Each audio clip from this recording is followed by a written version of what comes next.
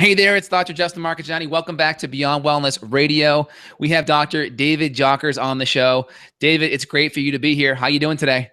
Justin, so awesome to be on with you. I was telling you before, I'm a fan of your show, so great to be on with you and actually make it to, your show and be able to chat with you.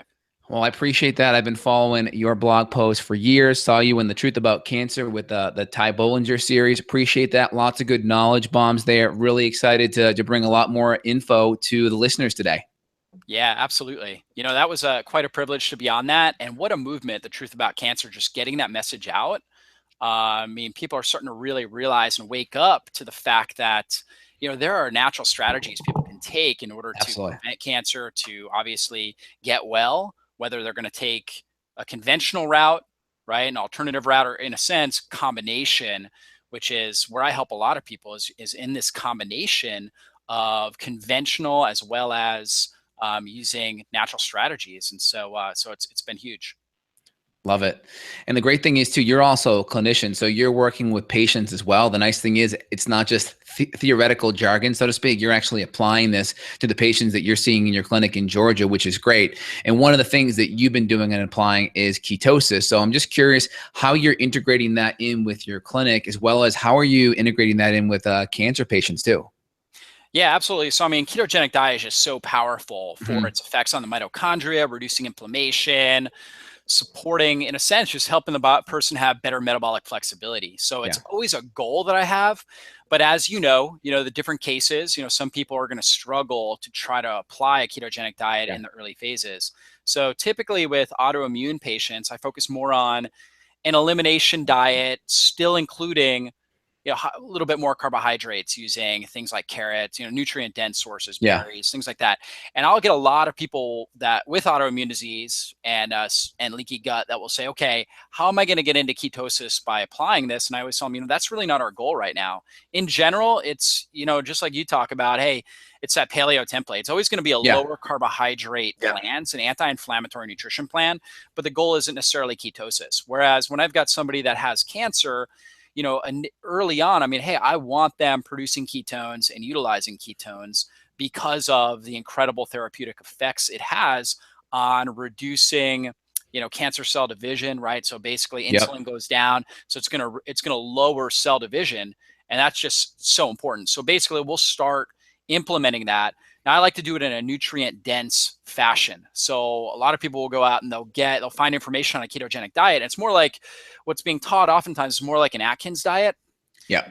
And I really try to focus on getting a ton of micronutrients in. And you definitely can do it on a low carb diet if you use herbs, if you use non starchy vegetables, you can juice, you can apply a lot of different techniques, certain things from the Gerson therapy, right, which has tremendous results using things like coffee enemas and juicing and whatnot. You can take elements of that, you can take elements of Budwig and kind of put them all together in a very low carb, high good fat template to get the desired result. Yeah, people don't understand, right? They think like, oh, a paleo template, or they hear ketogenic, they just think a whole bunch of meat. But people Yeah. forget that, a lot of times on a paleo template, a lower carb paleo template, how you keep it lower carb is you're really exchanging a lot of the greens and a lot of the starch for vegetables, non-starchy vegetables, which are nutrient dense, low in That's right. toxins. They're going to have lots of phytonutrients, which a lot of these compounds that you talked about are anti-cancer, right? The diindol methane, the indole 3 Right. carbinol, really good nutrients to help metabolize estrogen. And again, not just an all meat diet, but again, meat is going to be very nutrient dense as well. It's going to have a lot of good amino acids in there, a lot of good fatty acids, especially we're coming from the assumption that this is grass-fed, organic, high quality, antibiotic free. So you're going to get a lot of nutrient density from that as well. So I like the fact that you're really focusing on the nutrient density. I think Atkins kind of missed that because, well, soy protein's also low carbs too, right? That may not be the best food. So I like how you kind of differentiate that. Yeah, absolutely. Like, for example, I mean, in the paleo movement and the Atkins movement, we talk a lot about, a lot of people will use things like bacon, right? Whereas the problem there is bacon really has very little micronutrients in it, and it may have a lot of good fats, right? And so it could be ketogenic, but it doesn't have the micronutrients in it. And when we have highly processed meat, we're going to have a higher amount of heterocyclic amines and acrylamide and different things like that. Yeah. So when we apply it, I'm a real big stickler on how the person prepares their meat. So, one reason why a vegetarian or vegan diet may be beneficial for a period of time for somebody with cancer would be because we're taking out some of these environmental toxins like heterocyclic amines that are produced with the high heat cooking. And a lot of times when you tell somebody, eat grass-fed beef, we're not necessarily differentiating on how they prepare that. And so they may be barbecuing it and producing a lot of these compounds. So I'm big on making sure they put it on the pan, put a whole bunch of coconut oil or MCT oil down. I'll tell them put down the oil to where, be so generous with it to where there's like a 1/4 inch of oil on your pan.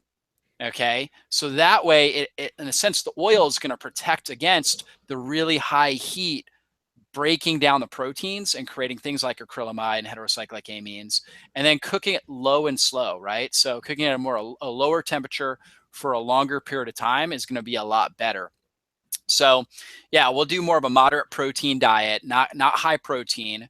Okay, moderate protein. That's critical. We need the amino acids for the immune system, but at the same time, we don't want to overstimulate mTOR. We also don't want that gluconeogenesis process where the protein gets broken down into glucose and elevates blood sugar.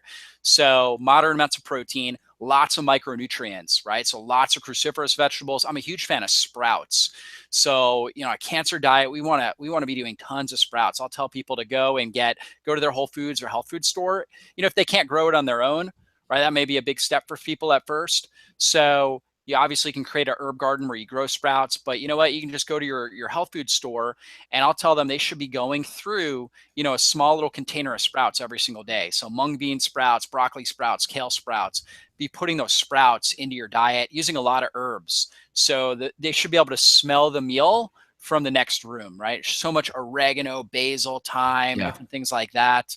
Those flavanol antioxidants that are in those polyphenols, just so powerful for improving cell communication. And cell communication, the breakdown in cell communication is one of the biggest factors that initiates cancer growth, and polyphenols are one of the best things for improving that cell communication. So we want to get lots of those things in our diet. Love it. Totally makes sense, because you did talk about the polyaromatic hydrocarbons, the heterocyclic amines, the things that happen during cooking. Now, kind of my approach is I try to high temperature. I sear a minute or two, and then pull it off and then bake at a lower temperature.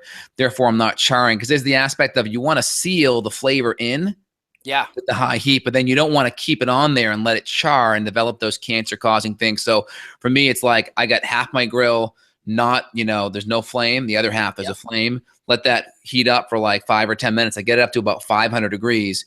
Sear, then pull it off and raise it above and put it over the flame where put it over the part where there's no flame. That way it cooks the middle part. So I appreciate that. I think that's a really good point. Also, adding in those phytonutrients. I think it was Dr. McCullough said any of the advanced glycation end products that you get from the charring aspect, if you just eat a whole bunch of vegetables and add some of those herbs on there, like you mentioned, that can easily just negate those too. So if you can combine things up, you can negate some of that too, right?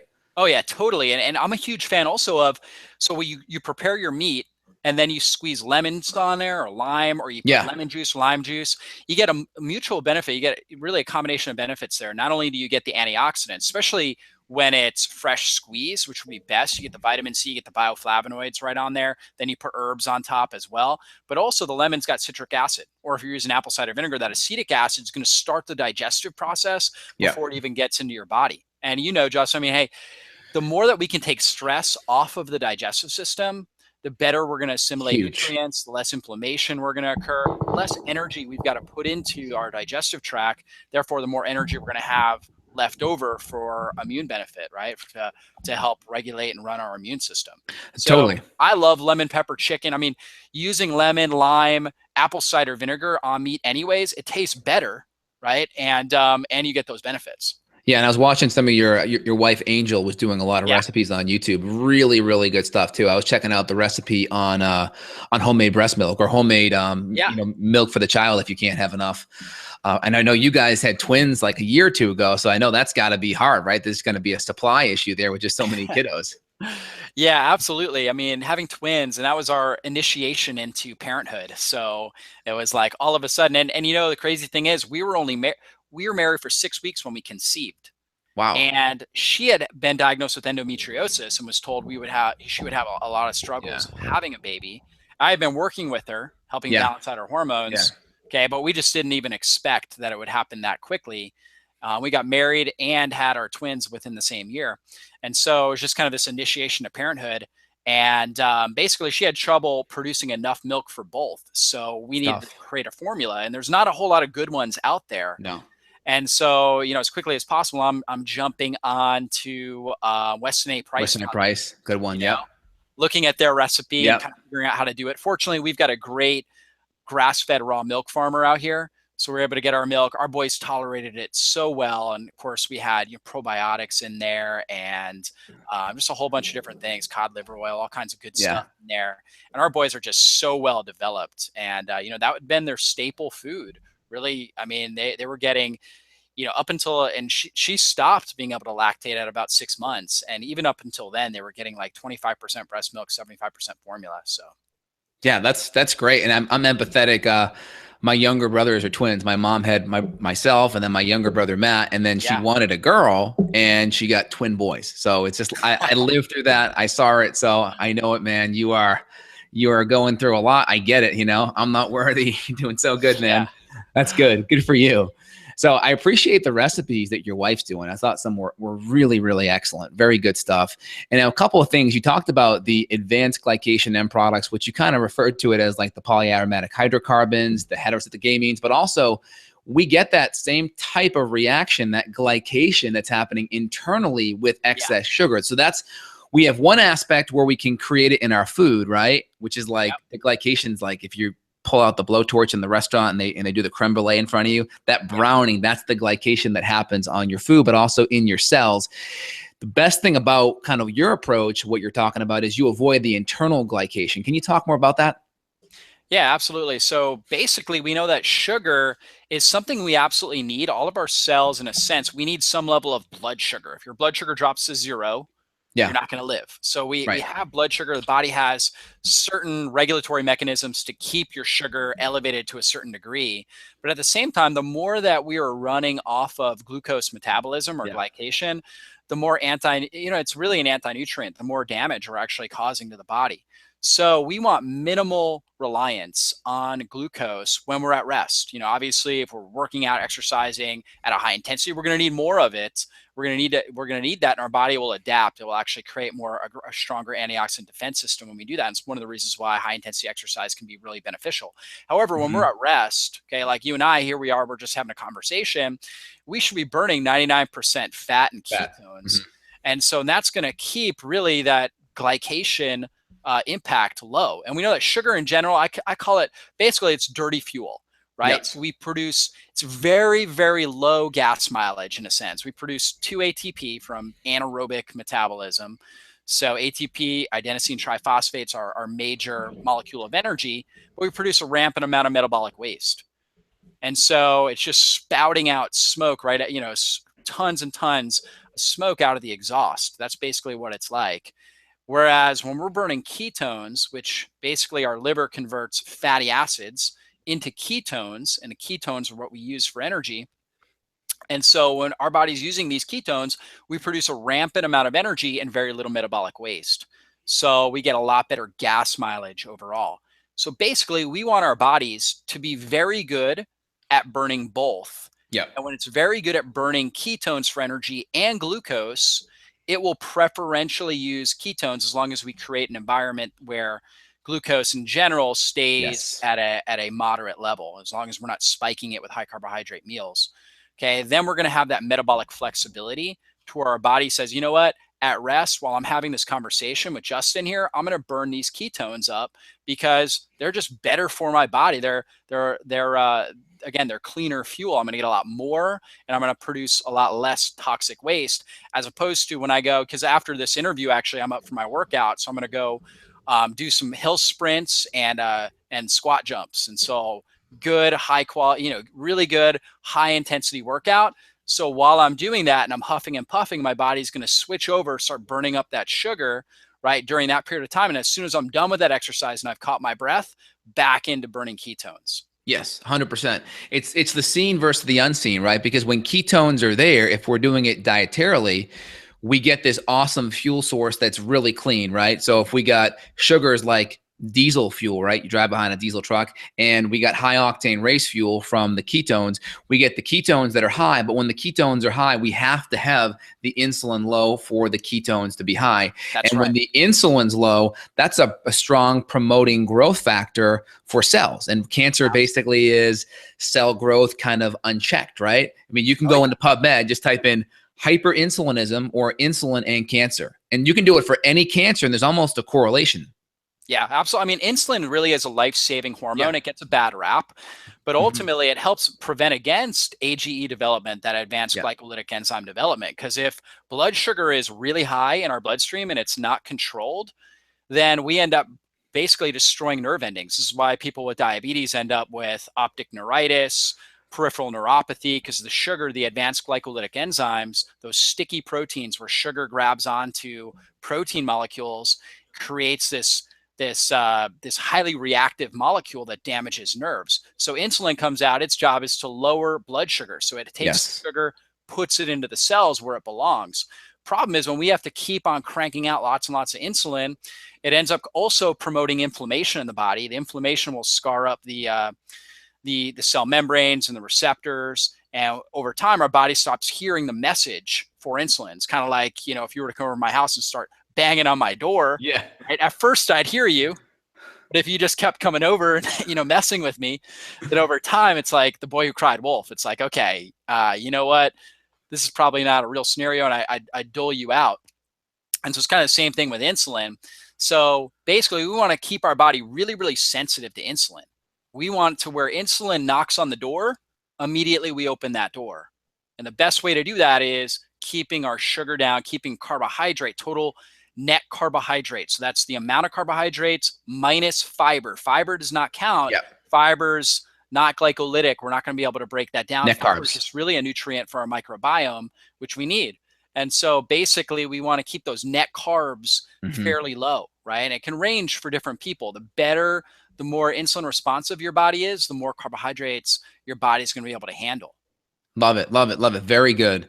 We got some questions coming in here on the live chat. So everyone that's putting the questions out, keep them coming. At the end, we'll do a rapid fire round with Dr. Dave and we'll go through them all. But you said some really important things there. I want to echo a couple things. So number one, we talked about the fuel sources. Number two, we talked about insulin kind of being a double-edged sword. Now, most people in the population being insulin resistant, there's massive benefits on the ketogenic diet because you get those receptor sites more sensitive, which is great. But the double-edged sword, and I did a video on this last week, the double-edged sword of ketosis, where if you're already very insulin sensitive and you're going low carb for too long, well, we may drop the insulin almost a little bit too low. We may get some negative symptoms with being in ketosis and not cycling up and out. What's your take on cyclical ketosis and people that are already insulin sensitive and going into it for too long? What's your take? Yeah, that's a great question. I think it really depends on the individual, but I'm a huge fan of experimenting. And I know for myself, I do much better on a cyclical ketogenic diet. And what that means is we're going to rotate in some healthy forms of carbs from time to time. Okay. And really what I'll try to have my clients do is they'll do something like 30 days, okay, low carb. And then from there, we switch in where we do 1 day a week where we add in more carbs, ideally from healthy sources. The sicker you are, the more important it is to stay away from fake foods and stick with really nutrient dense foods. And there's a lot of higher carb, nutrient dense foods that are amazing for the body, like carrots. I mean, just awesome food for the body. It just has the carbohydrate load. And so we add that in, sweet potatoes, yams, different things like that, beets. These things are great for the body. Safe starch forms. Yeah, exactly. All those safe starches, even quinoa, we'll basically do something like quinoa with apple cider vinegar on it, load it up with turmeric. I tell them do quinoa, but make it orange quinoa. Or if you're going to do rice, make it orange rice. It's such a good carrier for turmeric. You get more of that curcumin antioxidant into your system. Oh, great. Put a bunch of herbs in there. Yeah.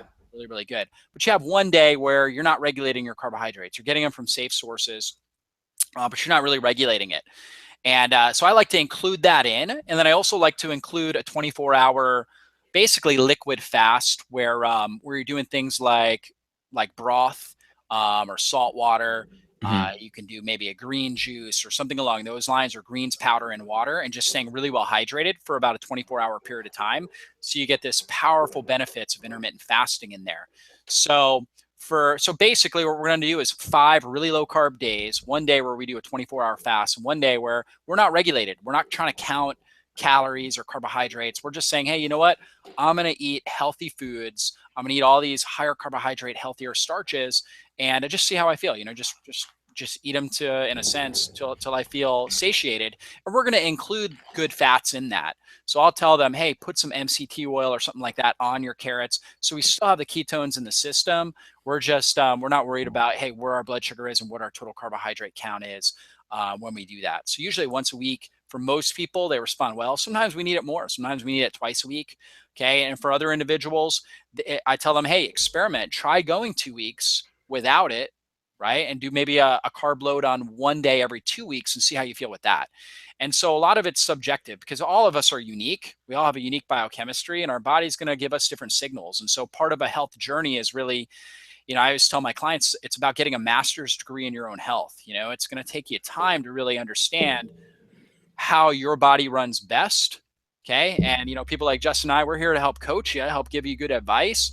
But at the same time, you got to really pay attention to the signs and signals your body's giving you and make the adjustments that you need. If you're under more stress or you're doing higher intensity training on a more regular basis, you may need to carb cycle a little bit more.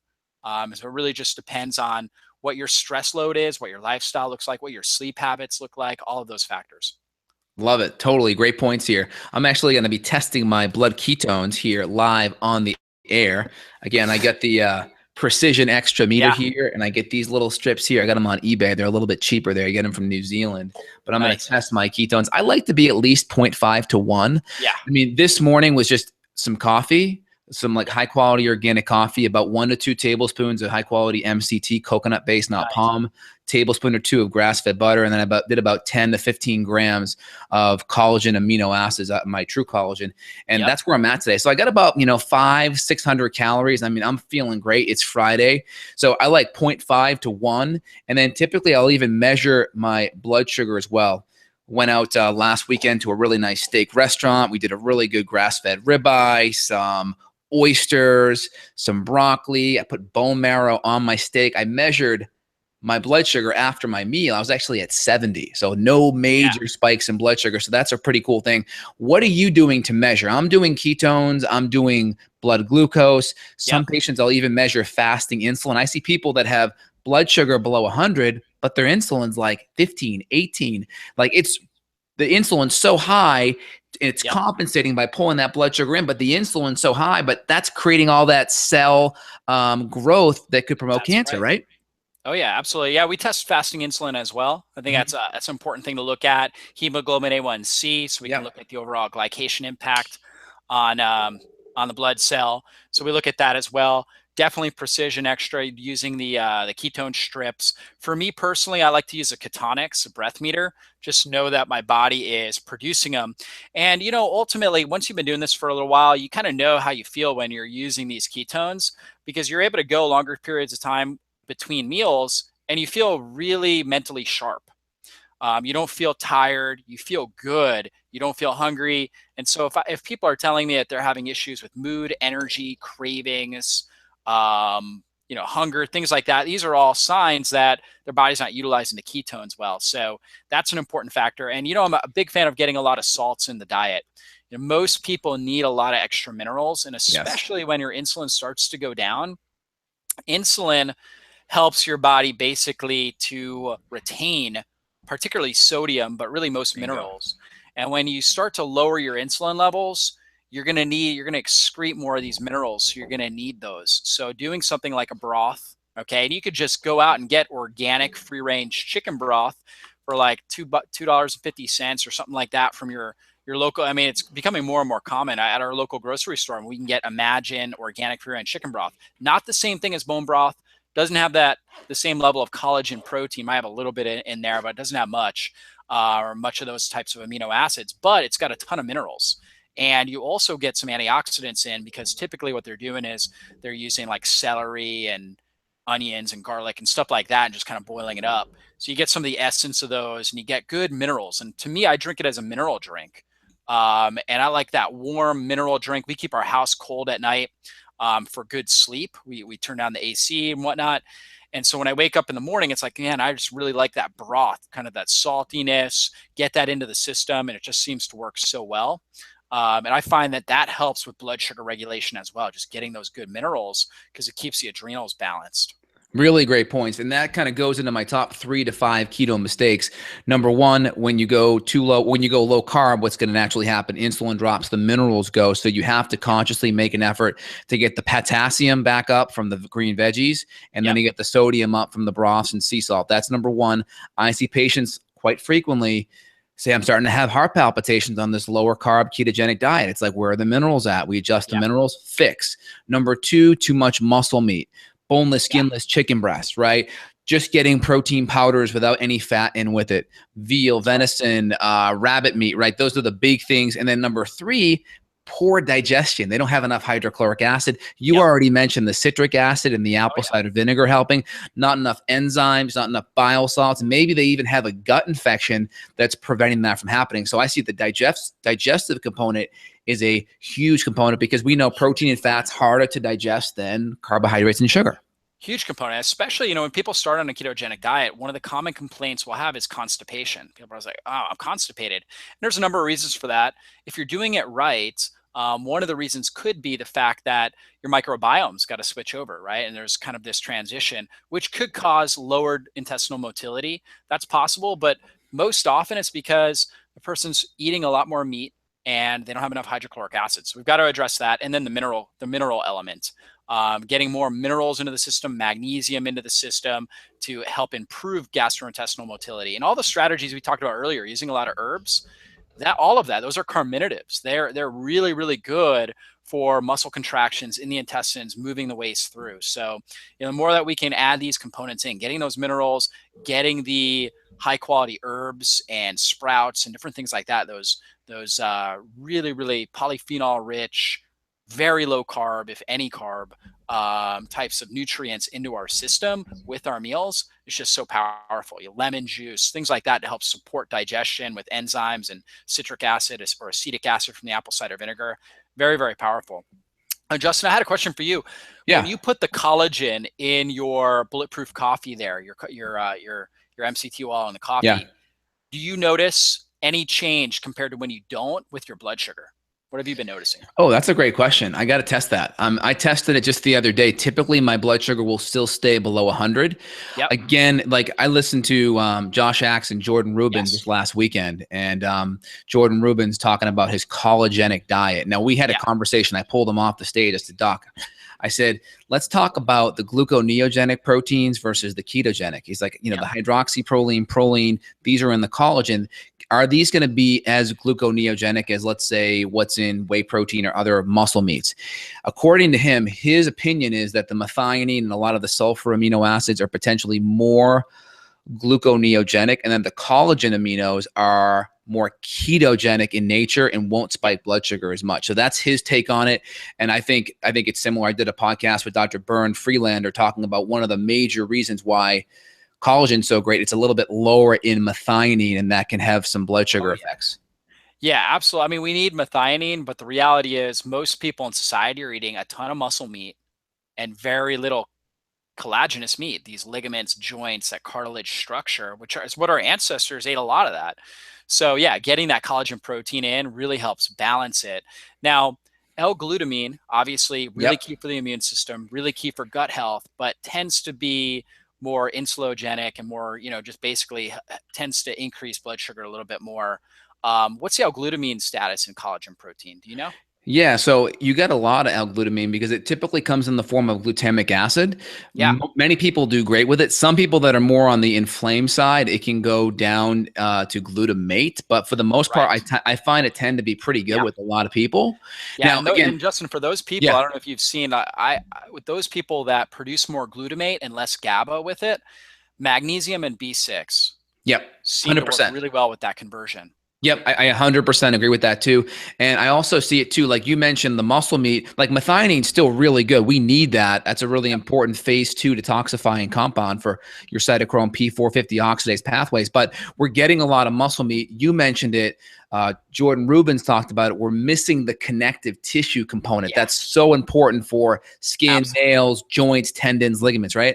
Oh yeah, absolutely. I have an article on my website where I talk about that, where muscle meat's very rich in methionine and Yep. tryptophan, Yep. and glycine and proline are the major amino acids that we're going to find in cartilaginous, in the cartilage and the joint structure. And glycine's so critical for phase 2 liver Yes, detoxification. glutathione, Yeah, enterocyte helps turnover. upregulate GABA, right? The inhibitory neurotransmitter, to reduce excitotoxicity in the brain, help keep us calm. Most people are just not getting enough of that because, again, they're taking in so much of this methionine. So I'm a big fan of the cartilaginous diet. I just wasn't sure personally how it would affect. Now, with my autoimmune cases and people with blood sugar instability issues, oftentimes I will have them do that with the cartilage, or I'm sorry, the collagen in the coffee. Yeah. And I know Dave Asprey, he recommends that. I know you've been talking about that a lot. I just wasn't Got to sure. be beef collagen though. I do the NeoCell chicken collagen. Mhm. Tastes like crap. I got to throw my coffee out. It's got to be Yeah. collagen peptides, and it's got to be beef for my taste. It destroys the coffee if it's not beef. Yep, yep. I use a bone broth, a pure bone broth protein, and I Yeah. find that works. It's kind of a savory flavor, but you just mix it in, you really don't notice it. I've noticed Yeah. that works good. Now, for myself, I don't personally do that. I personally either just do broth in the morning, or I will do a bulletproof coffee the without the collagen proteins in there, and usually I'll put those in a protein shake. And I see it, to me, that seems to keep my blood sugar the most stable and my ketones at the highest, and I feel the best with that. I just wasn't sure. I haven't had a lot of people test their ketones pre and post, so that would be interesting to see how they responded adding in the collagen protein into the bulletproof coffee. I will test it today. I got my Yeah, ketone meter. I'll test it in a bit. yeah. But Keep me typically, updated on that. yeah, Yeah, I'll do a video on this today. But zero point 0.5 to zero point 0.6 is tend to where I be at the millimoles of ketones there, which tends to be pretty good. Now, I want to touch upon a couple of things here. People whose cholesterol, I'm going to hit a person's question over here in yeah. the chat, but people whose cholesterol goes up on a ketogenic diet, typically, I find a lot of people's cholesterol actually goes down on a ketogenic diet if they're coming from an insulin resistant type of Yeah. diet, because insulin is going to stimulate the HMG CoA reductase enzyme, hemethylglutarate CoA reductase. That's the enzyme the statins block. So if you actually are decreasing that enzyme by cutting the insulin down, I see people really improve their cholesterol numbers. But at the same time, cholesterol may go up on a ketogenic diet, but if it does, I see the HDL go up in conjunction with the LDL. So the ratio is not getting worse. And the trigs also go down and the particle size shifts. So your LDL A will go up, the B will go down, and your LDL number will also improve too. Oh yeah, absolutely. I mean, that's huge, and we're always looking at that triglyceride HDL ratio. It should Yes, it's always be huge. less than 2. Ideally, Mhm. yeah, I like to see it One. around 1. Yep. And that's a big factor. It's way more Huge. important than overall total cholesterol. So you want to definitely look at that. And really, when cholesterol is high, if you have that terrible triad of high LDL, low HDL, high triglycerides, usually, like you said, it's because of insulin resistance. Could also be a thyroid issue. That's the Right? thing. Yep. Thyroid. That's what I was going to touch upon. Yes, you hit it. Yeah. Perfect. Yeah, or it could be an infection. Yep. So, I mean, those are really the 3 big factors that are causing that. So it's really a downstream effect. It's the body actually saying, it's a response by the body to a certain degree for healing when it comes to inflammation, infection, and insulin resistance. And then, with thyroid, basically, I mean, you're just going to end up producing, because thyroid hormone is just so important for proper regulation of cholesterol levels. So 100%. And then two other X factors I find is a dairy allergy and an egg allergy. So people, if that's they're doing good. a lot of butter or cream or a lot of eggs, try cutting those out for a few weeks. Go get a lipid panel done. I've seen people literally been at 450 for their cholesterol and drop down to 200 in 2 weeks. Yeah, that's a gold nugget right there, especially for somebody that's trying to do a ketogenic diet. Yeah, absolutely. And egg, I mean, the reality is milk protein and egg sensitivities are very high in our society, Yeah. right? I think one reason is really vaccines. They have egg albumin in them. And the Yes. goal of a vaccine is to create an antibody response. So if you get a vaccine at an early age, your body creates an antibody response to egg albumin, and then you have some level of permeability in your gut and you're eating eggs and you're not fully digesting them well, or you have that permeability, and now that egg albumin slips out, doesn't get fully digested and broken down in amino acids, slips out in the bloodstream, your body's going to do what it was taught to do. 100%. 100%. And I also find too that if you heal the gut and you get the inflammation down and then you reintroduce things the right way, what I mean by the right way is you do the egg poached soft, you keep it the yolk so it would run, because then that way we're not denaturing the protein, because sometimes it's the oxidized cholesterol that our immune system's reacting to. Sometimes it's the avidin in the yolk, or the whites, the white part of it. And or when it comes to dairy, you start with ghee, grass-fed ghee, and then you progress to grass-fed butter. But again, one at a time, and then you can monitor with a lipid panel in between. They're pretty inexpensive tests, but I've seen that really help, and people have been able to add those things back in and not have that jump in cholesterol. Yeah, that's really, really good, especially somebody, again, that's on a ketogenic diet, because typically you're going to be eating, like I'm a huge fan, I know you are, grass-fed butter, Yeah. right? So yeah, take it out for a week, then try adding it back in. You could even do that, something along those lines. I'll have people do pulse testing a lot of times. Yep. Right. And so we're basically just take your pulse, take a resting pulse, okay? Say it's 60 beats per minute. Then go ahead, put some grass-fed butter on your tongue, right? Take a few deep breaths, wait about 20 seconds, and take your pulse again. And if it jumps up 3 or more beats, that's a sign your body's having a stress response to it. And if you're having a stress response to something, it's going to cause inflammation in your body.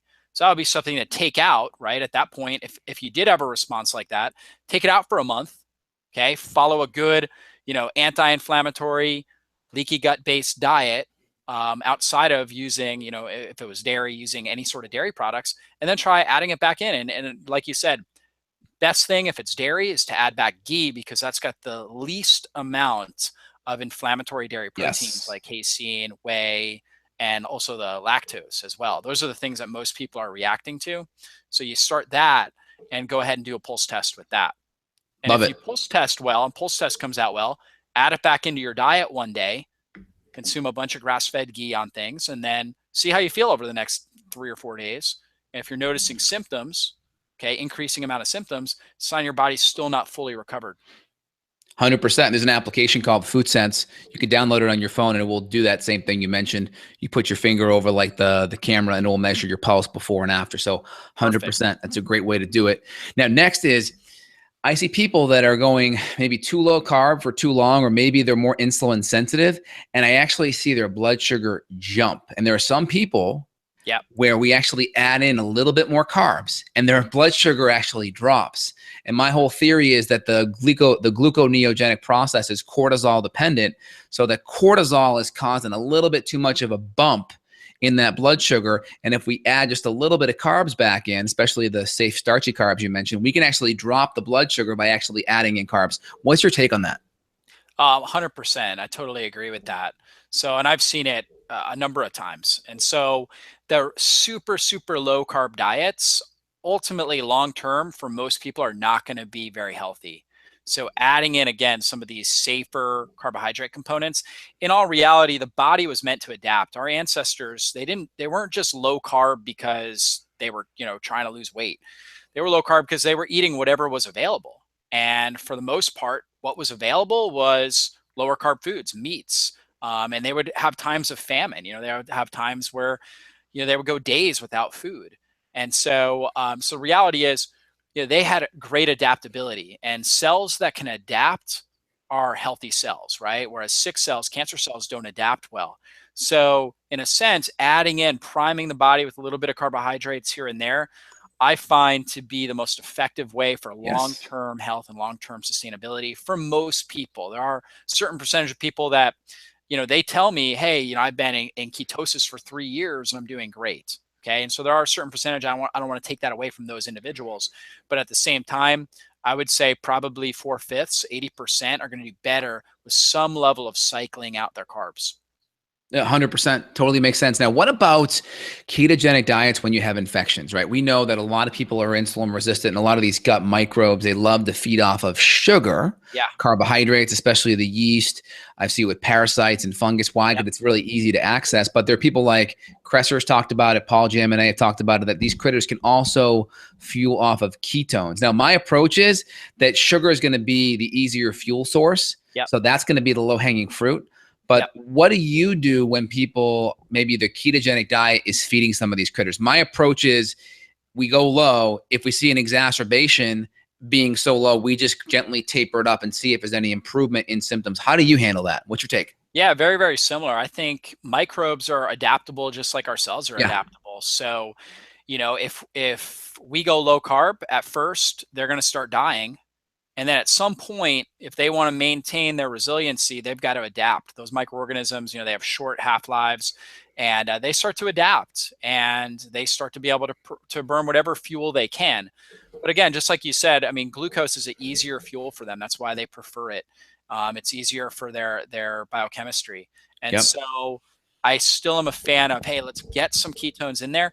Now, a big thing there is getting the right antimicrobials in. So eating a diet that's rich in polyphenolic antioxidants is important because it improves cell communication, improves your immune system's ability to recognize whether it's a virus, whether it's yeast, parasite, as opposed to normal cell, right? So we want to do things to help strengthen the immune system while we change the the fuel source for these microbes. I think that's really key. And I think doing both of those things is a fantastic combination.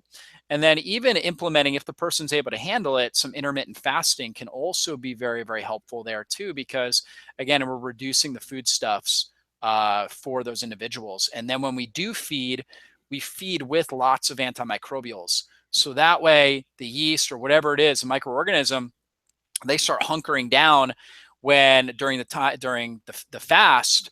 Then as food becomes prevalent, they come out and they're not differentiating in a sense. They're like, hey, like if you're hungry, you know what, if Justin, if you go a week without food or whatever it is and you're like starving, you're going to be a little bit less you're going to be a little bit less sensitive about what you eat. You just want food in your body, right?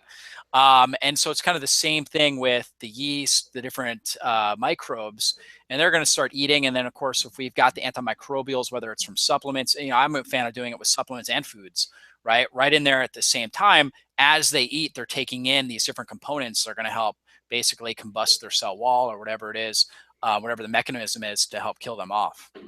Totally makes sense. Following it up with a bunch of charcoal or clay or something like that to wrap up any of the gases and all the sort of toxic metabolites that they release. Totally makes sense. And one of the things that I incorporate when we're doing specifically clearing programs to address these infections, it's like chum in the water. You want to go shark diving, man, you got to put some chum in the water to bring those sharks to the surface. If you're going to do some killing of these bacteria, you got to chum that water with maybe a little bit more carbs or a little bit more FODMAP. So if we're dealing with SIBO, bring them to the surface and then blindside them, baby. Yeah, absolutely. Yep.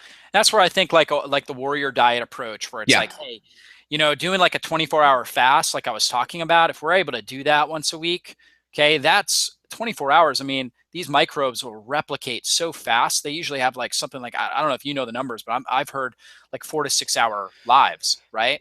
So the reality is they are already changing their metabolism during that period of time.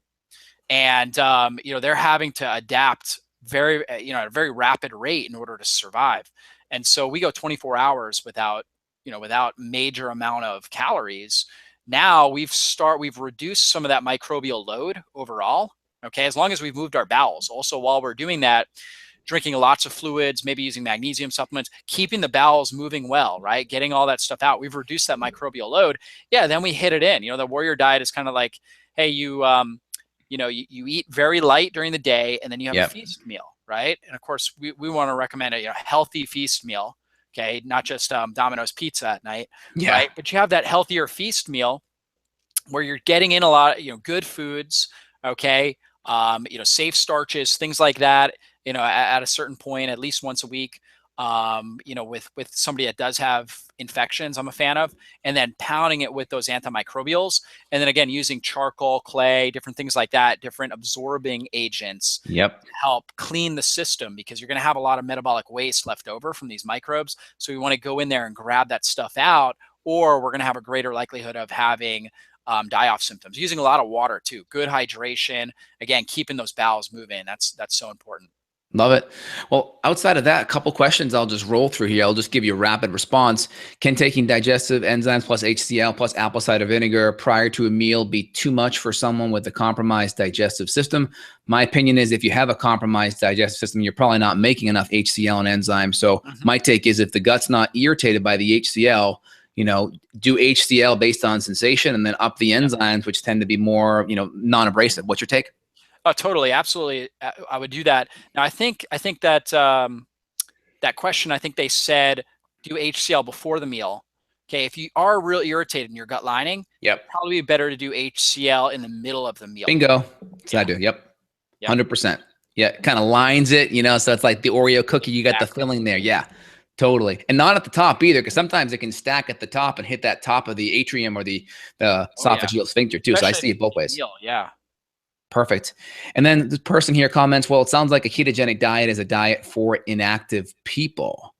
My take is, well, people, if you're insulin resistant, you're not burning fat. This is a therapeutic diet to burn fat. And number two is we want to burn clean fuel. What's your take? Oh yeah, it's really a diet for active and inactive people. Definitely inactive people. Obviously, we need to use diet. If they're inactive, we need to use diet to get insulin under control. If they're active, you know what? We want the body to have this level of metabolic flexibility where it's able to adapt its metabolism based on the needs of the environment. I want to have incredible metabolic flexibility. So what do I do for that? I move my body a lot. I exercise at a really high intensity. 4 days a week, I do real high intensity workouts. Okay, while I'm in ketosis. And so why? Because I want my body to be able to be really good at going between using ketones for energy and using glucose for energy.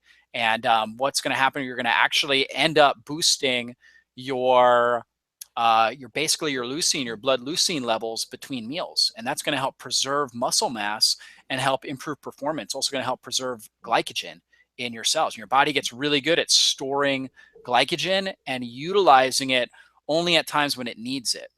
Love it. And leucine's antiviral and a ketogenic amino. Yes. So I love that. That's one of the only few aminos that can go to ketones. Yeah. Love that. Very good. So what are you eating, Dr. Dave? Give me a rundown. What's your day look like? Yeah, absolutely. So for myself, and this is a big thing that I teach, I only do one solid food. I would say 6 days of the week on average, I'm doing one solid food meal a day. Okay. And usually it's in the evening because that's typically my most relaxed period of time. So I'm a big fan of liquid nutrition. So in the morning, like this morning, I drank a lot of broth. In fact, I still have some right here, diluted with hot water. Okay. And I drink that. Sometimes I'll go, just 24 hours like we were talking about and do that. But typically, especially on a workout day, for lunch, I'm going to do a protein shake. And I actually like a protein pudding. I'll put 1 to 2 avocados in there. I'll use coconut milk or raw grass-fed milk. I'll use a good high-quality protein powder. I like a bone broth collagen protein, or sometimes I'll use like a pea protein. Whey protein seems to bump up my blood sugar a bit. So I use one of those types of proteins in there, and sometimes I'll use a combination of them. And that's really pretty much it. That's in the, oh yeah, and I put MCT oil in there and sometimes some extra coconut oil in. So it's just really, it's a lot of fat and it's dense. It's a protein pudding. And I love it. So I'll either make it with chocolate or just a vanilla.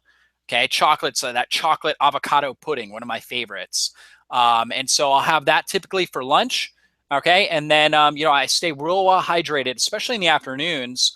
I'm a little bit more intentional about hydration. In the morning, it seems like my body's craving the hydration, the minerals. My body naturally, I drink usually about 1 gallon of water between the time I wake up and before noon. I'm just cranking through lots and lots of hydration. Then I usually work out around this time of day. And then right after that, boom, protein shake. Then in the mid-afternoon, I'm drinking a lot of water. I usually wait about 1 hour after my shake, and then I start really hydrating my body well again. And I like to do magnesium in water. I have a product, BrainCom Magnesium, that I put in water. Okay, and I'll drink that. I love to get that extra magnesium in. Stay hydrated. Sometimes I'll do greens powder in water as well. And then the evening, we're usually using some sort of healthy meat, whether it's wild caught salmon, chicken, turkey, duck, lamb, bison, grass-fed beef, something along those lines. Lots of vegetables. I like to use a lot of grass-fed butter on my vegetables.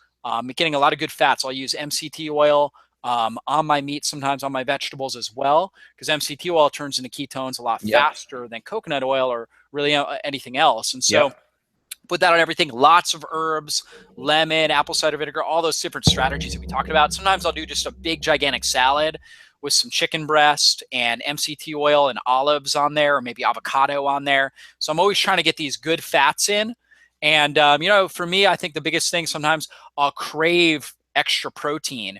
And so on my workout days, I'll usually increase my protein, my meat consumption a little bit in the evenings. And now on workout days, I try to keep it a lot more moderate. Love it. Yeah, I'm kind of in a similar boat. I tend to do a lot of butter coffee, MCT, and collagen in the morning. On days that I am more stressed, I will do a bigger breakfast. I will add in some eggs and bacon, pasture fed, all that good stuff. I tend to go like maybe 5 or 6 hours between meal. I got a desk treadmill, so I walk about 11 miles per day, seeing patients. And then I got push-up bars and kettlebells. So in between patient calls, push-ups to failure, kettlebells to failure. So I try to do a lot of unorganized exercise where it's just like it's sporadic during my day. Lunch, typically for lunch, I'll take some tuna on top of a salad, cut up an avocado, use some Mark's Primal dressing. I love his Caesar dressing's awesome now. I'm loving it. And then tonight we got keto burgers thawing out. I got this from US Wellness Meats, 55-45, right? Yeah. 55 protein, 45 fat. Put that on a bed of spinach, cut up some avocado. Tonight, I may go all out and have a glass of sparkling wine, typically low sugar, kind of demi-sec, very dry version of it. We did one, or I'll do just a kombucha instead, a low sugar GT Dave's kombucha. And then for dessert, maybe a 90% dark chocolate. So that's kind of where I'm at on a daily basis. Yeah, I love it. I like the Kavitas. I don't know if you have the Kavitas before. Oh, yeah. Oh, my fridge is stocked, man. Lime mint Kavita, one of my favorites. Think about lime and mint are such good carminatives, so good for the gut. Then you got the coconut water that's fermented. You get more B vitamins, lowers the sugar levels, and I respond really, really well to that. Oftentimes at night, too, I'll do herbal tea, like a nighty-night tea or something like that. Just getting more of those herbs. I think that's something that there's a lot of people that are teaching ketogenic diet, but not a whole lot of them are emphasizing herbs. And I think that's a missing component in our diet is using these herbal medicines. You and Jordan Rubin are on the same track, man. He was talking about all that last weekend, and he made some great points, like the herbal infusions, the teas, and also the bone broth during the day. I think that's really huge, right? I think you call it serum soluble nutrients. I love that word. Oh, I love it. Absolutely. Yeah. Jordan's a good friend of mine. So we talk about this stuff often. Yeah, I think he's totally on track with that. Awesome. drdavidjockers.com. Awesome blog, awesome YouTube. I check it out weekly. I think it's got some great information. I'm happy you're on the podcast. Any other knowledge bombs you want to drop here before you exit? I think we covered a lot. I think ultimately at the end of the day, what people have to realize is we're striving for metabolic flexibility, and so when somebody is real fatigued, real adrenal fatigued, they have very, very poor metabolic flexibility. Okay. But ultimately, the better your metabolic flexibility, this ability to switch between ketones and glucose as an energy source, the better your quality of life is going to be, the better your performance is going to be. So, so basically, practitioners like you, Dr. Justin, and myself, that's really our goal with our clients is, hey, get them to the point where they are so metabolically flexible to where they can adapt to different, nutritional practices and go low carb for a few weeks at a time. Maybe even do a higher carb week, right? And not have the delirious effects that come with that. And just being able to adapt is so critical. Healthy cells are cells that can adapt. Unhealthy cells can adapt.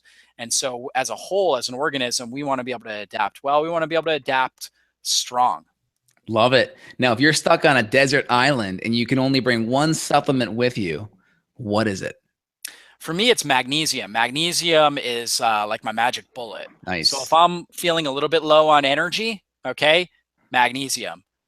If I want to sleep great, magnesium, right? If I want good mental clarity, magnesium. Magnesium seems to be, especially magnesium L-threonate, I respond best to that one. Crosses the blood-brain barrier, helps to, it's really like an adaptogenic herb. It's really an adaptogen where it helps to balance out my stress hormones. I just feel great with that. And that's something that in general, if you're stuck on on an island, you may have access to things like coconuts, Yep. right, and stuff like that. Yep. But chances are, you just in general, especially if I'm eating a lot of fruit, because I'm on the island, I'm probably going to need a little bit more magnesium.